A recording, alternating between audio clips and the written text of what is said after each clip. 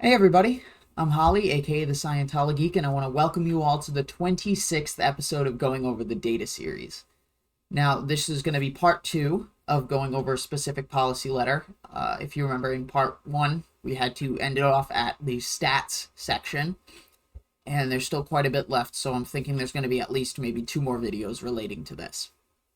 I don't exactly know the full duration of the policy, but we'll just find out as we go along.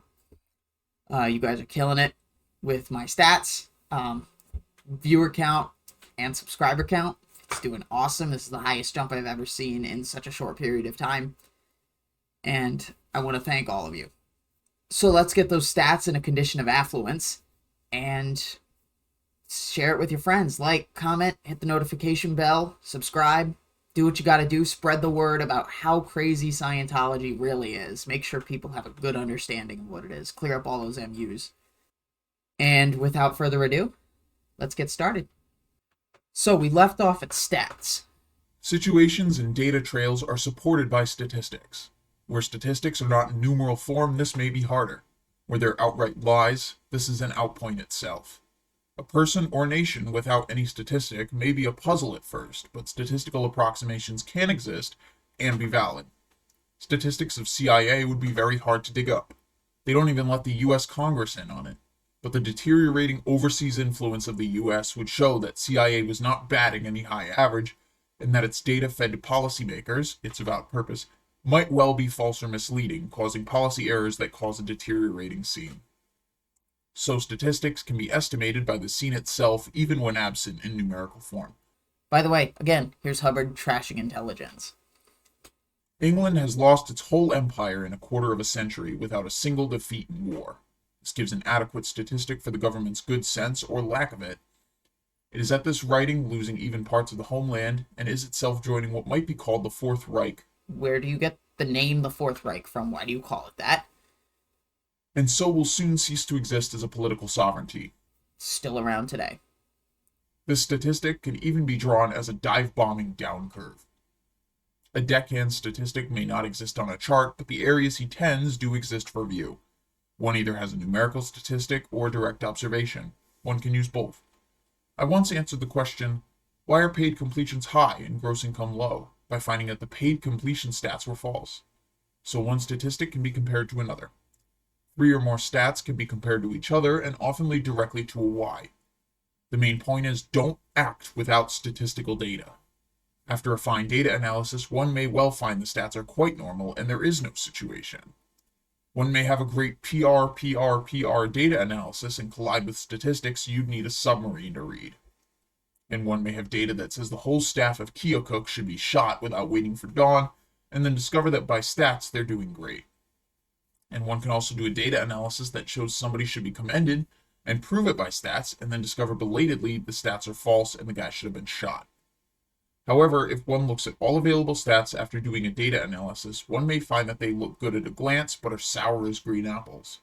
One could see a high lot of stats, GI, etc., and then see a cost stat that shows someone is making $2 million at a cost of $4 million and that the place is going straight into the garbage can. Do not give a why or recommended handling without inspecting the actual stats. And do not be thrown off a situation you're sure exists without looking at all the stats. Example. High-hour intern stats throw one off, interfering until one sees no interns graduating and no programs completed by them. The why. This is the jewel in the crown, main dish at dinner, the gold mine in the towering mountains of mystery. A real why must lead to a bettering of the existing scene, or, in the case of a wonderful new scene, maintaining it as a new ideal scene.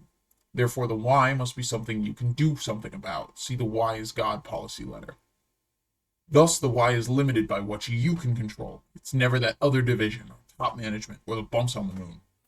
When, in all reality now, it's A, the other division, B, top management, like David Miscavige, just ruining the church from the top down. Even if all this were true, the why must be something which you can do something about yourself from your level of authority or initiative that will lead to the improvement of a poor existing scene toward the ideal scene. So he doesn't say how big the improvement has to be, he just says it has to be an improvement. The why is a special thing then. It's a key that opens the door to effective improvement. It's not a prejudice or a good idea. It's where all the analysis led. And a real why, when used and handled and acted upon, is like a magic carpet. The scene at once becomes potentially better or gets maintained. Acting on a wrong why is the stuff of which coffins are made. No matter how brilliant the program that follows, there it is, the same old mud. Wrong whys work people half to death handling a program which will lay ostrich eggs, and rotten ones at that. It'll cost money and time that can't be afforded easily.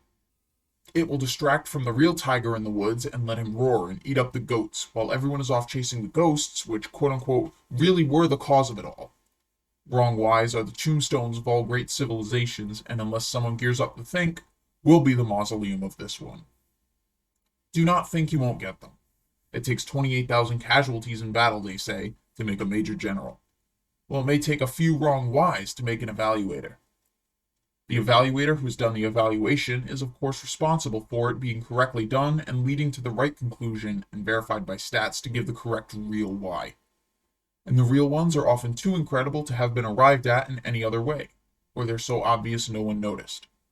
In one instance, whys were found by experts for 6 months on a certain course without improving the flagrantly bad situation, but actually messing it up more until a huge real why jumped out. The students had never been trained on earlier levels, and the situation began to improve. Using one why for all situations can also occur, and fads of whys are common. True, a why often applies elsewhere. That's what gives us technology, including policy. But in any area of operation where a situation is very abnormal, the why is likely to be very peculiar and too off the ordinary to be grasped at once. There can be an infinity of wrongnesses around just one rightness. Thus, there can be infinity of wrong whys possible with just one real why that will open the door. For the real why does open the door. With it, on a good situation, one can maintain it, and with a bad situation, one can improve it. Thus, the real why is the vital arrival point to which evaluation leads. So we've learned how stats can be estimated by comparing them to each other and doing a data analysis on them. We've also learned that you're not supposed to give a why without inspecting stats.